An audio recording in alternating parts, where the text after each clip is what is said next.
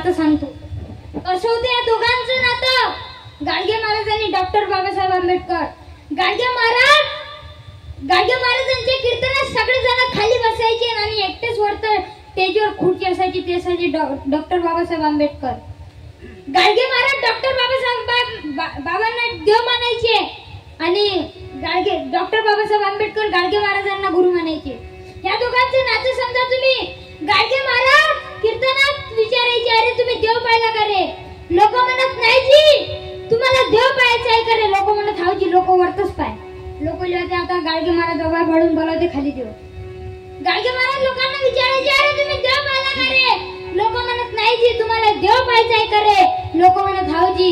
त्यावेळेस गाडगे महाराज सांगायचे, आपल्या कीर्तनामध्ये एक माणूस बुटात बसलाय, तो आपल्यासाठी देव आहे रे, तो आपल्यासाठी देव आहे. डॉक्टर बाबासाहेब आंबेडकरला देवाचा दर्जा देणारे गाडगे महाराज. माया बापाहून भीमाचे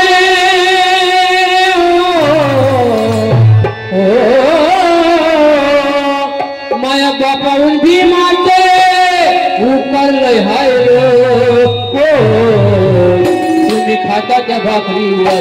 तुम्ही खाताच्या भाकरीवर बाबासाहेबांची दया तुम्ही खाताच्या भाकरीवर बाबासाहेबांची दया तुम्ही खाताच्या भाकरीवर बाबासाहेबांची दया माझ्या बापाहून भीमाचे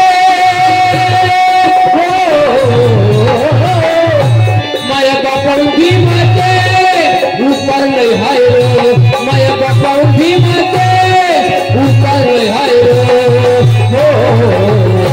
तुम्ही खाताच्या भाकरीवर बाबासाहेबांची दया तुम्ही खाताच्या भाकरीवर बाबासाहेबांची दया तुम्ही खाताच्या भाकरीवर बाबासाहेबांची दया. गाडगे महाराजांच्या कीर्तनात निरोप आला, बाबा तुमचा एकुलता एक गोविंदा नावाचा मुलगा गेला, तुमचा एकुलता एक गोविंदा नावाचा मुलगा मेला. त्यावेळेस गाडगे महाराजांनी कीर्तन बंद केलं, कीर्तन बंद केलं आणि एक निरोप सांगितला, असे मरती न कोटी, अरे असे मरती न कोटी, काय लढू रे त्या एकट्यासाठी, पोटचा गोळा गेला पण कीर्तन बंद केलं. निघाला 6 डिसेंबर गेले डॉक्टर बाबासाहेब आंबेडकर. गाडगे महाराजांजवळ वार्ता पुसली, बाबा तुम्ही ज्यांना गुरु मानायचे, तुम्ही ज्यांना देव सांगायचे, ते देव गेले, ते गुरु गेले. असं म्हणत नाही गाडगे महाराजांचं आपल्या मुलावरती प्रेम नव्हतं, पण मी इथे नातं सांगत आहे, पण तुलना करत नाही, पण मी इथे नातं सांगत आहे. गाडगे महाराजांजवळ वार्ता पुसली, बाबा तुम्ही ज्यांना गुरु मानायचे, तुम्ही ज्यांना देव मानायचे, ते देव गेले, ते गुरु गेले. गाडगे महाराजांच्या कानावर एकीने बसला, नाही बसला एकीन. गाडगे महाराजांनी अन्न त्याग केला, 13 दिवस अन्न त्याग केला आणि ठीक 14व्या दिवशी आमचे गाडगे महाराज गेले. हे होते या दोघांचं नातं. म्हणून सुनी खबर की संत गाड़गे बाबा हमको छोड़ गए, सुनी खबर की संत गाड़गे बाबा हमको छोड़ गए, बड़ी शादी में हमको पल भर तो नहीं हो सका, बड़ी शादी में हमको पल भर तो नहीं हो सका, बड़ी शादी में हमको पल भर तो नहीं हो सका.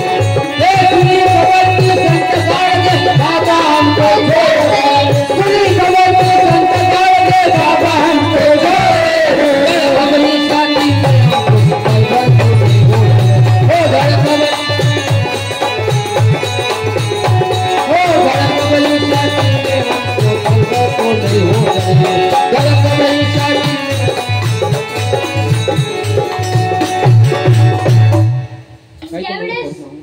ज्यावेळेस डॉक्टर बाबासाहेब आंबेडकरचा मुलगा मेला का, रमा डॉक्टर बाबासाहेब आंबेडकर जवळ आली आणि म्हणाली, अरे बाबासाहेब तुमचा एकुलता एक मुलगा मेला.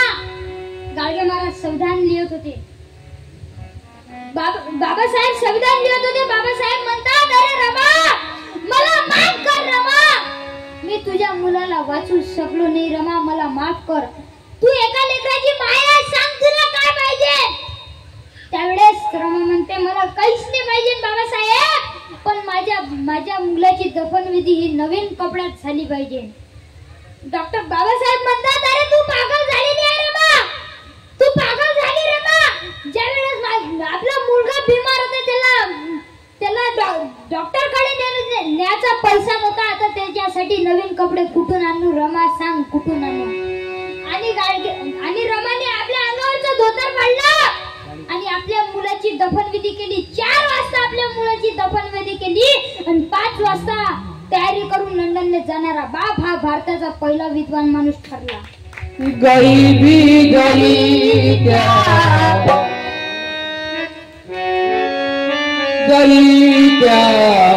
संसारात होती.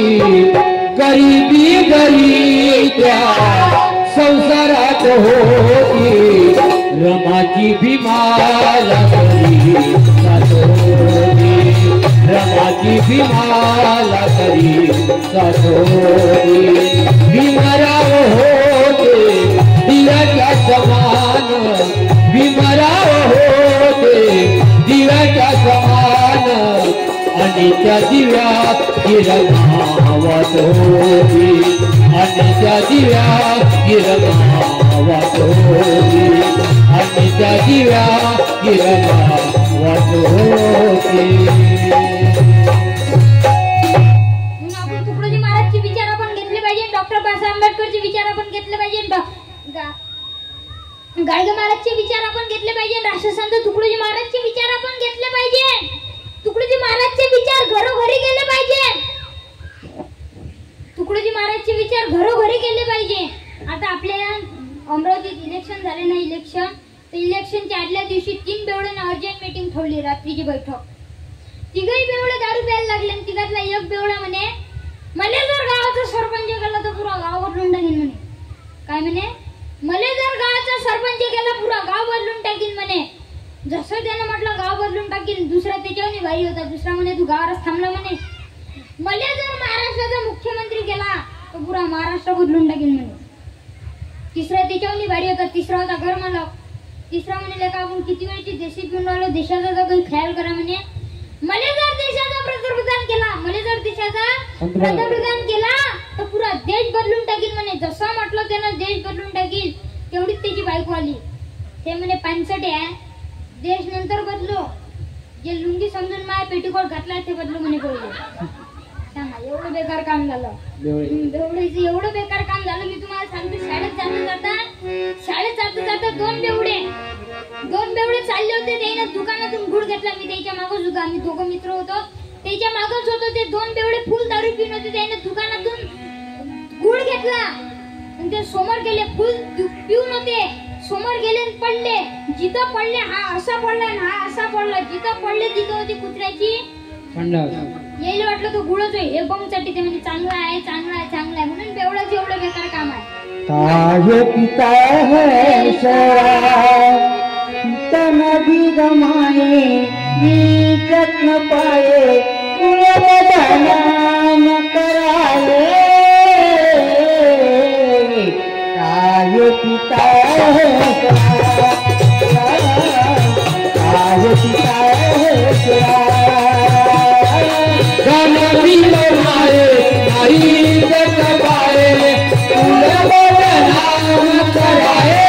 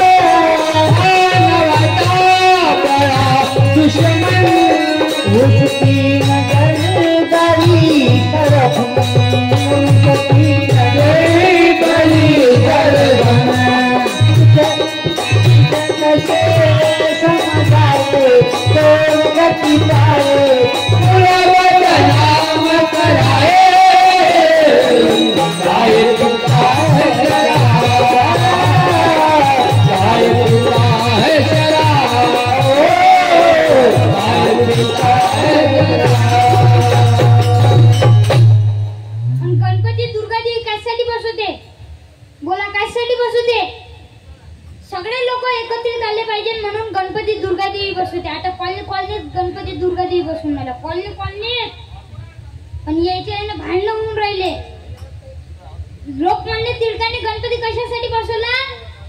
पुण्यामध्ये लोकमान्य टिळकांनी कशा एकत्रित या याच्यासाठी लोकमान्य टिळकांनी पहिला गणपती बसवला. पण आजकालचे लोक चांगले आहे काय, कॉलनीत गणपती बसवते, कॉलनीत दुर्गादेवी बसवते. आता कोणाकोणाचा प्रश्न असा, दुर्गा देवीचे डोळे कोण लहान असते, काली माताचे डोळे कोण लहान असते, तर त्याच्या मागचं कारण असं आहे, सगळ्यात जास्त भक्त कोणाचे आहे, दुर्गा माताचे, काली माताचे.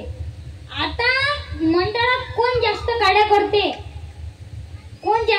करते हे देवी त्याच्यावर लक्ष ठेवते, बारीकीनं लक्ष ठेवते, म्हणून देवीचे डोळे लहान आहे. वरत गेल्यावर मग त्याले सजाय, म्हणून देवीचे डोळे लहान आहे. म्हणून आपण सगळे एकत्रित आलो पाहिजे. ह्या कार्यक्रमानिमित्त आपण सगळे एकत्रित आलो.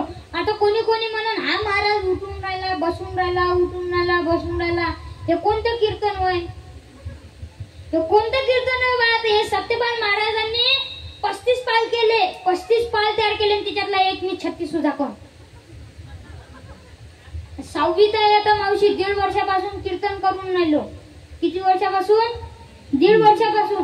तुमच्या पोराला जर सुसंस्कारित बनवायचे असेल, चांगले बनवायचे असेल, तर तुमच्या पोराले उन्हाळ्यामध्ये आपल्या मुलांना शिबिरामध्ये टाका. गुरुकुलमध्ये शिबिर असते, मोजरीला गुरुकुलमध्ये रविदादा मानेच्या माध्यमातून शिबिर चालते. या शिबिरात तुमची मुलं पाठवा.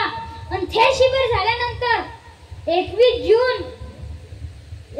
जून ते 21 मे ते 4 जून पर्यंत शिरसोली म्हणजे सत्यपाल महाराजांच्या गावाला सत्यपाल महाराजांच्या माध्यमातून शिबिर चालते. या शिबिरात तुमची मुलं पाठवले पाहिजे, तुमचे मुलं सुसंस्कारित झाले पाहिजे, म्हणून हे शिबिर आहे.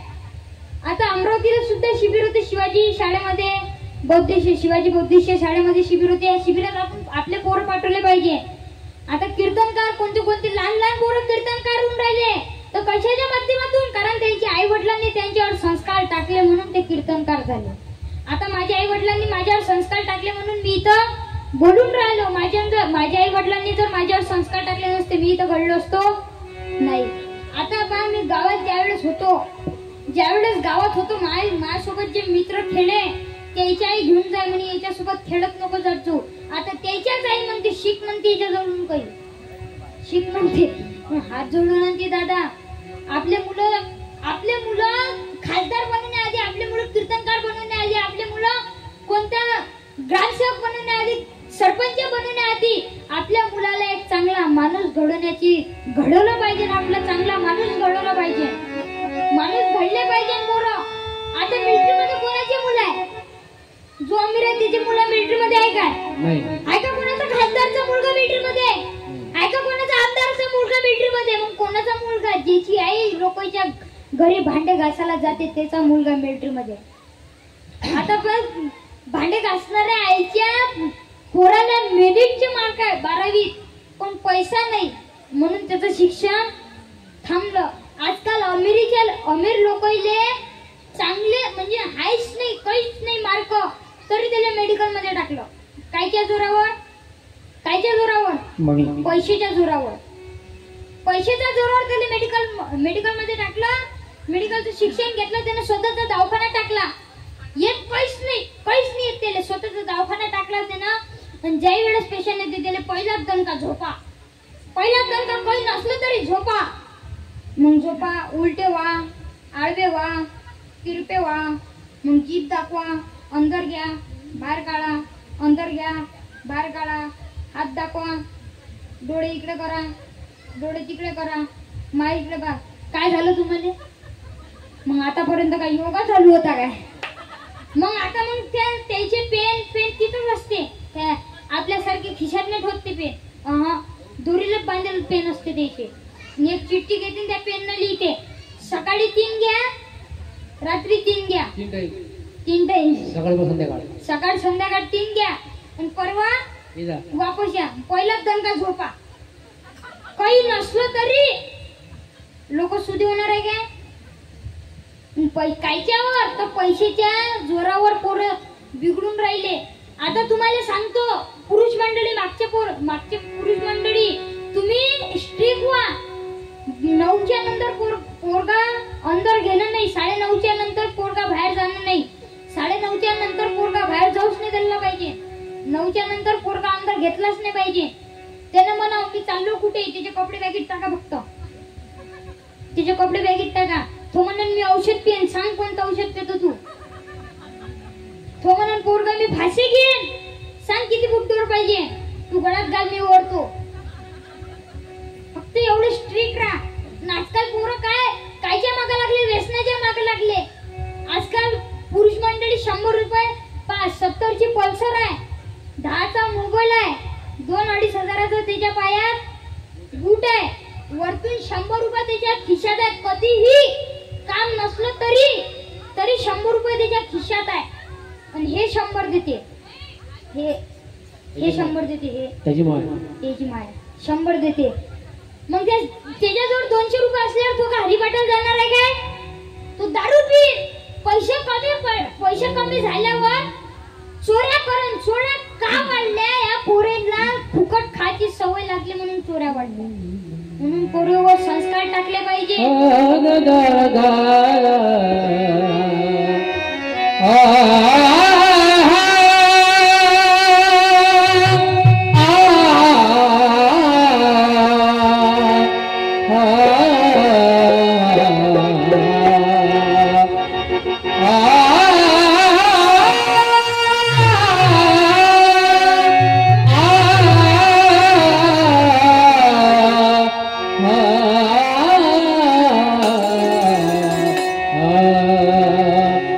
बिगड़ी मेरी बना दे, हो बिगड़ी मेरी बना दे मैया जी,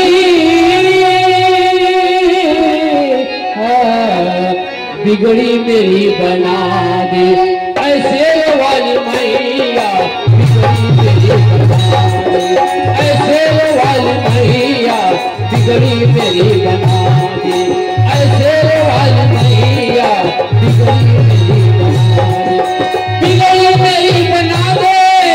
ऐसे वाली मैया बिगड़ी मेरी बना दे, ऐसे वाली मैया बिगड़ी मेरी बना दे, ऐसे वाली मैया, ऐसे वाली मैया, लाटा वाली मैया, देवत वाली मैया, खंडवा वाली मैया,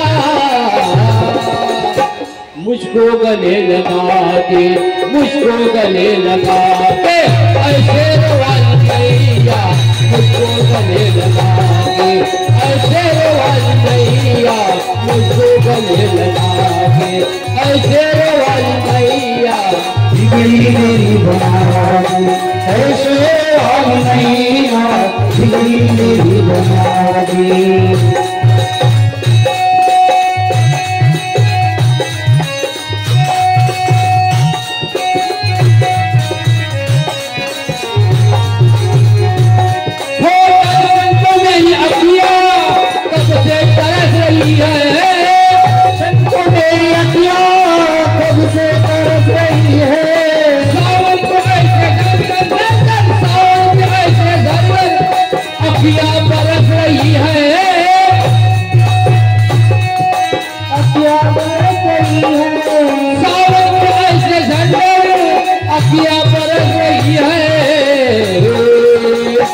मुझे दर पे मुझे बुला दे, दर पे मुझे बुला दे, ऐसे वाली मैया दर पे मुझे बुला दे, ऐसे वाली मैया दर पे मुझे बुला दे, ऐसे वाली मैया बिगड़ी बना दे, ऐसे वाली मैया बिगड़ी बना दे,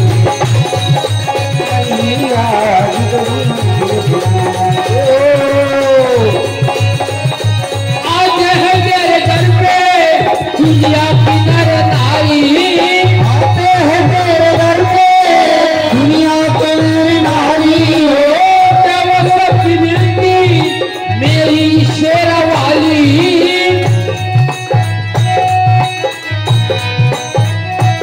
हो आते हैं तेरे घर पे दुनिया की नर नारी, सुनते हो सब विनती मेरी शेरा वाली, मुझको दर्श दिखा दे, मुझको दर्श दिखा दे, ऐ शेर वाली मैया मुझको दर्श दिखा दे, ऐसे वाली मैया मुझको दर्श दिखा दे, बिगड़ी नहीं बना दे, ऐसे वाली मैया बिगड़ी बना दे, वाली मैया लाडा वाली मैया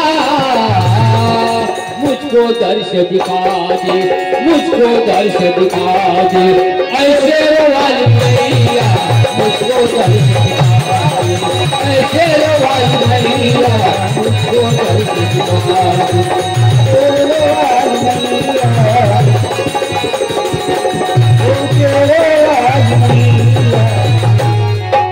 हम सब शेर वाली दृष्टि दया की करना, हम सब शेर वाली दृष्टि दया की करना, चरणों की झूल लेकर लखों की झोली भरना, चरणों की झूल लेकर लखों की झोली भरना, शेर वाली दृष्टि दया की करना, चरणों की झूल लेकर लखों की झोली भरना, मरते को अब खिला दे, मरते को अब खिला दे, ऐसे वाली मैया मरते को अब खिला दे, ऐसे वाली मैया मरते को अब खिला दे, ऐसे वाली मैया बिगड़ी मेरी बना दे, ऐसे वाली मैया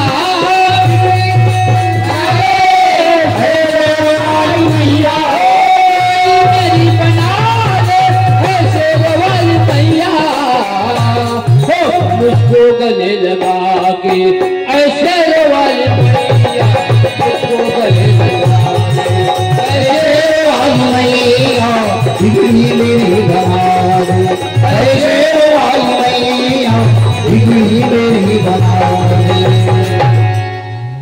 मी नागपूरच्या तिकडे कार्यक्रमाला गेलो, तिथे झोपाची व्यवस्था होती, तिथे झोपाची व्यवस्था होती, कार्यक्रम झाला, जेवण झालं, मी झोपायला गेलो, मला 2 वाजेपर्यंत काही झोप नाही आली, मला 2 वाजेपर्यंत काही झोप आली नाही, माझ्या बाजूने एक पोरगा झोपला होता, पोरगा तो बँकेटात जाऊन गोष्ट करे, कायच्यात बँकेटात जाऊन गोष्ट करे, हॅलो तू जेवली, त्या घरचे जेवले, मी म्हटलं एवढ्या वेळ तू कोण जेवायचे राहिले रे, तू झोपली, त्या घरचे झोपले, त्याचा फोन कट झाला नाही, त्याने म्हटलं का बे 2 वाजले, उद्या महाप्रसादाचा कार्यक्रम आहे, कीर्तनाचा कार्यक्रम आहे, झोप म्हटलं, तो महाराज म्हणे तुम्ही चुप बसा म्हणे, तुमचा कार्यक्रम बंद झाला म्हणे, माझा कार्यक्रम सुरू झाला म्हणे, सांगा एवढं बेकार काम झालं म्हणून हात जोडून आणती, जेवढा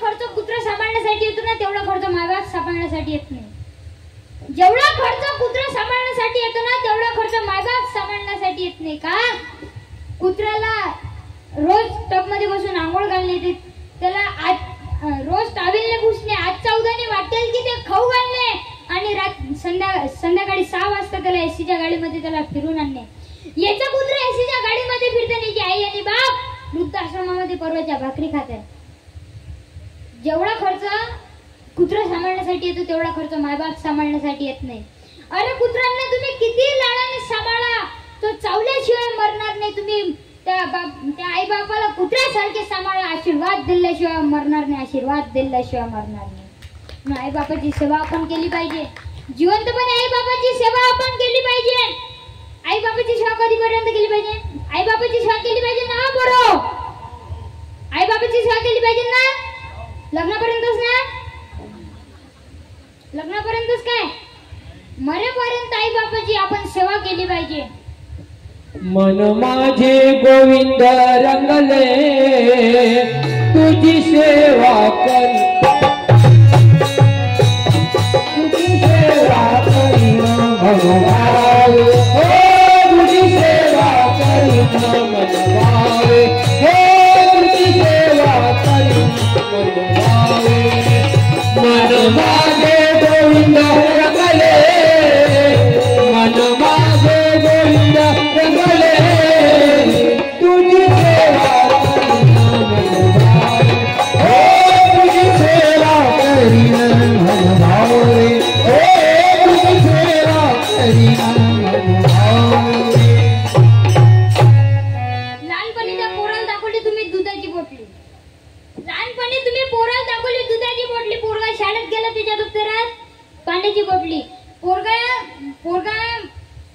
कॉलेजला गेलो, बर्थडे साजरा केला, कोल्ड्रिंकची बॉटली.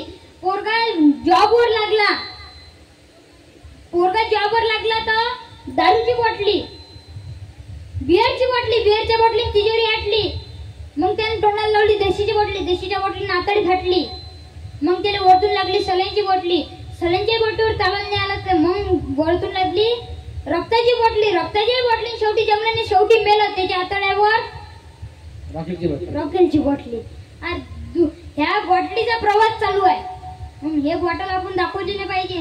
दारूची बॉटल दाखवतो, दारूची लहान पोरं समोर कोणते पोरं दारू पिते. तुम्हाला हात जोडून आणते, तुम्ही जरूर व्यसन करा, पण लहान पोरं समोर नका व्यसन करू. हात जोडून आणते. माझं कीर्तन ऐकून जर कोणा 80 वर्षाच्या वरच्या म्हाताऱ्यांना दारू सोडली, 80 वर्षाच्या वरच्या म्हाताऱ्यांना जर माझं कीर्तन ऐकून दारू सोडली तर त्याला हात जोडून आणते. दारू सोडू नका, डबल प्या. दारू कोण सोडली पाहिजे? तर दारू तरुण पोरांना सोडली पाहिजे. आणि हे कीर्तन, आजचं कीर्तन लहान पोरीसाठी आहे. म्हाताऱ्याला सांगून फायदा नाही, कोण काही त्याची चार्जिंगच होत नाही. शेवटी झाली तर शेल्फच उचलत नाही. पण लहान पोरीची चार्जिंग होते. आजकाल लहान पोरं कीर्तनात येणं बंद झाले. आजकाल तरुण पोरं कीर्तनात असले पाहिजे. जसे आज तरुण पोरं कीर्तनात, जसे तरुण पोरं कीर्तनात असले पाहिजे.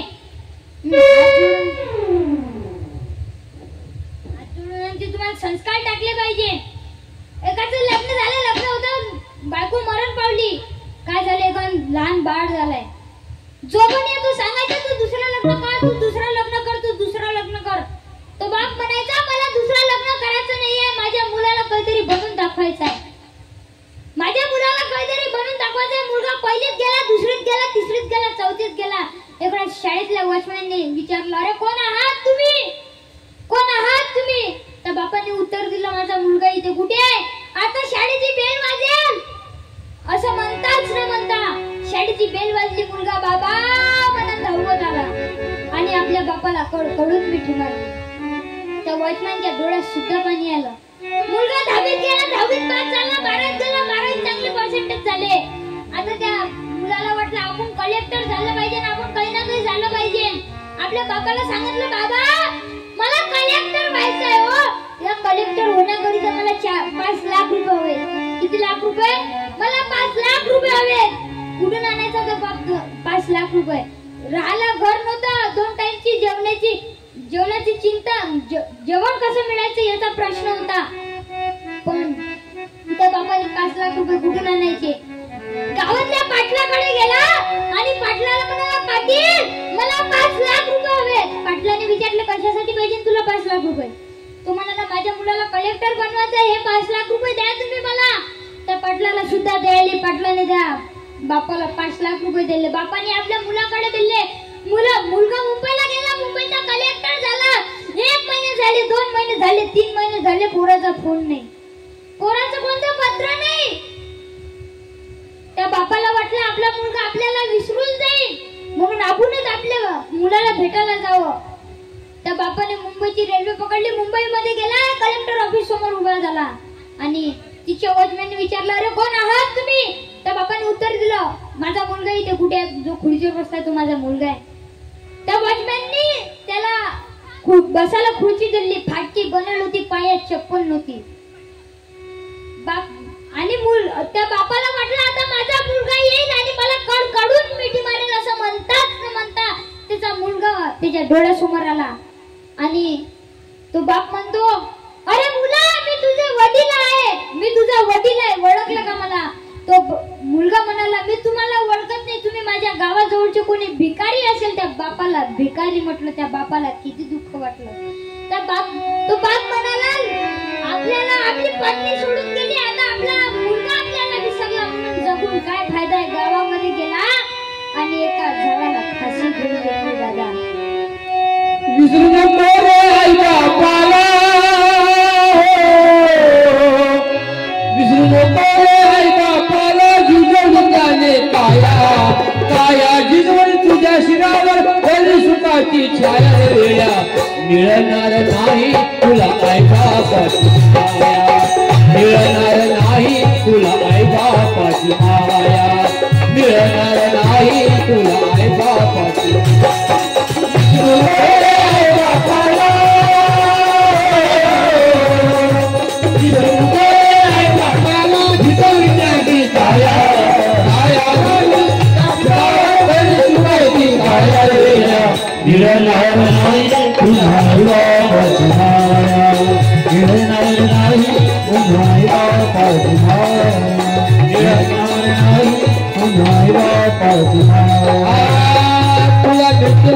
गोपोर दलगोत्र मित्र परिवार स्वार्थाने गुंफलेला हा मायेचा बाजार जीवनामधली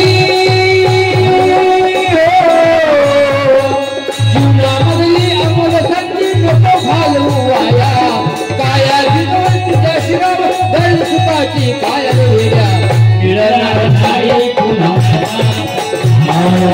मिळणार नाही पुन्हा मिळणार नाही पुन्हा भारताला मतांतर पांडुरंगाला विखे म्हणतात ज्ञानेश्वरांना माऊली म्हणतात वेद ससापुराण ग्रंथ संपत्ती सगळ्यांनी वर्णन केलं यावरती व्याख्यान झालं यावरती सिनेमा झाला यावरती प्रेम यावरती बाप दाखवला ना रागेत संतबीर चिडचिड करणारा चिडखोर टेकीखोर घरामध्ये त्या ठिकाणी अंगावर खेकसणारा असाच बाप रंगला सगळ्यांना आतापर्यंत बाप खरंच असा असतो का लेकरू मनातल्या गोष्टी आयला सांगतो अडी अडचण आयला सांगतो प्रेम आईवरती करतो पण शक्यतो बाबाची मन मोकळापणाने बोलत नाही का कारण त्याला एकमेव करायला लहानपणापासून आई त्याला फक्त एकच सांगत आली आहे तिकडे जाऊ नको बाबा मारेल ते खाऊ नको बाबा मारेल शाळेत जा बाबा मारेल टीव्ही पाहू नको बाबा मारेल बाबा मारेल बाबा मारेल बाबा मारेल तिच्या कानावर साधारतो त्याला असं वाटतं बाप फक्त मारायलाच जन्माला आलाय म्हणून ते लेकरू हळूहळू बापापासून दूर निघून जातं लेकरांचं शपथ घ्यायची सांगितलं लेकरं मायची शपथ घेतात बापची शपथ नाही मायनन भाऊ बाप मुलाला जर सांगितलं निबंध लिहायला तर मुलगा माझी आईच लिहिणार माझा बाप लिहिणारच नाही आणि त्याचा हाच एक गुन्हा होता ना की आयुष्यभर तुमच्या सुखासाठी झटत राहिला तुमच्यावर काही संकट आलं की तो बाप ढालीसारखा पुढे जायचा आयुष्यभर तुमच्या सुखासाठी झटत राहिला अरे तुमच्या लग्नामध्ये सगळे जण पोट भरून जेवतात तुमच्या लग्नामध्ये सगळे जण पोट भरून जेवतात नुकते जेवतच नाही तर त्या ठिकाणी बुंदा टाकून सुद्धा घेऊन जातात पण त्याच लग्नामध्ये एक माणूस दिवसभर उपाशी असतो तो तुमचा बाप असतो त्याला कोणी विचारतच नाही तू जेवला का सकाळी स्वयंपाकवाल्यांना सांगितलं त्यानंतर बँडवाल्यांना सांगितलं एक जावई दारू पिऊन आला त्याला समजत त्याचा वेळ गेला संध्याकाळ झाली पोरींना निरोप द्यायची वेळ आली काय मजा येईल बाप पोरीच्या नजर लावून पडेल मुलीचं जर लग्न जुळत नसलं ना तर त्या चुलीजवळ भाकरी थकताना रडणारी आहे दिसते सगळ्यांना ठाकूरकीत झालेली आहे चिंता करणारी परेशान झालेली आहे पण त्याच नातेवाईकाच्या उमऱ्यात झुजणारा बाप आम्ही सोयीस्कर बाजूला केला बाळा तुला कोणती भाजी बनवू तुला टिफिनवरती कोणती भाजी देऊ तुमच्या एका टाइमची जेवणाची चिंता जिला असते ती आई असते पण तुमच्या आयुष्यभराच्या भाकरीची जो कर्तृत्व करून ठेवतो तो तुमचा बाप असतो तो तुमचा बाप असतो शासन सांगते बेटी बचाव लेख वाचवा लेख शिकवा तर शासनाला म्हणावं आम्ही लेख वाचू लेख शिकू तिथं सगळं संगोपन करू आम्हाला एक शासनाची द्या एक गॅरंटी द्या कोणती मुलगी जर 18 वर्षात जाईल घराच्या बाहेर निघून गेली तर शासनाला म्हणावं जोपर्यंत तिच्या रजिस्टरच्या फॉर्म वरती तुम्ही आई बाबाच्या संमतीच्या सह्या तुम्ही घेत नाही तोपर्यंत तिचं लग्न मान्य करू नका आम्ही आजही मुलगी जन्माला घालायला तयार आहे अरे मुलगी आणखी संगोपनानंतर रात्रंदिवस काबाड कष्ट करून चिमणीसारखा चारा आणून खाऊ घालायचा पण मुलगी जर निघून गेली तर बापांनी डोळे ओटारून सुद्धा पाहू नये म्हणून मुलांसाठी पैसे कमवल्यापेक्षा मुलांसाठी संस्कार कमवा मुलांसाठी पैसे कमवल्यापेक्षा मुलांसाठी संस्कार कमवा ज्यांनी मुलांसाठी पैसे कमवून ठेवले त्यांना मोठारपणी हेच म्हणावं लागलं की मी तुझ्यासाठी जीवन जाडिले मी तुझ्यासाठी जीवन जाडिले रे बाळा तुने नाही पाणी पाजिले मी तुझ्यासाठी जीवन जाडिले रे बाळा तुने नाही पाणी पाजिले तुझ्यासाठी जीवन जाडिले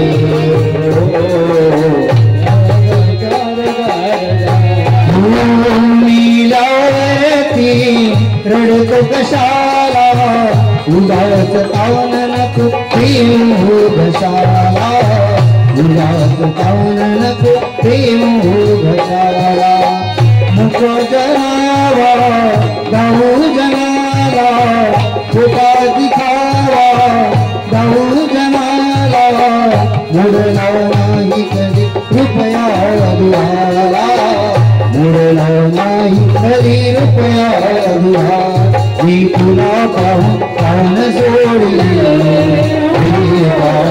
तुने नाही पाणी पाहिजे मी तुझ्यासाठी जीवन गाडी तुले नाही कमी पावी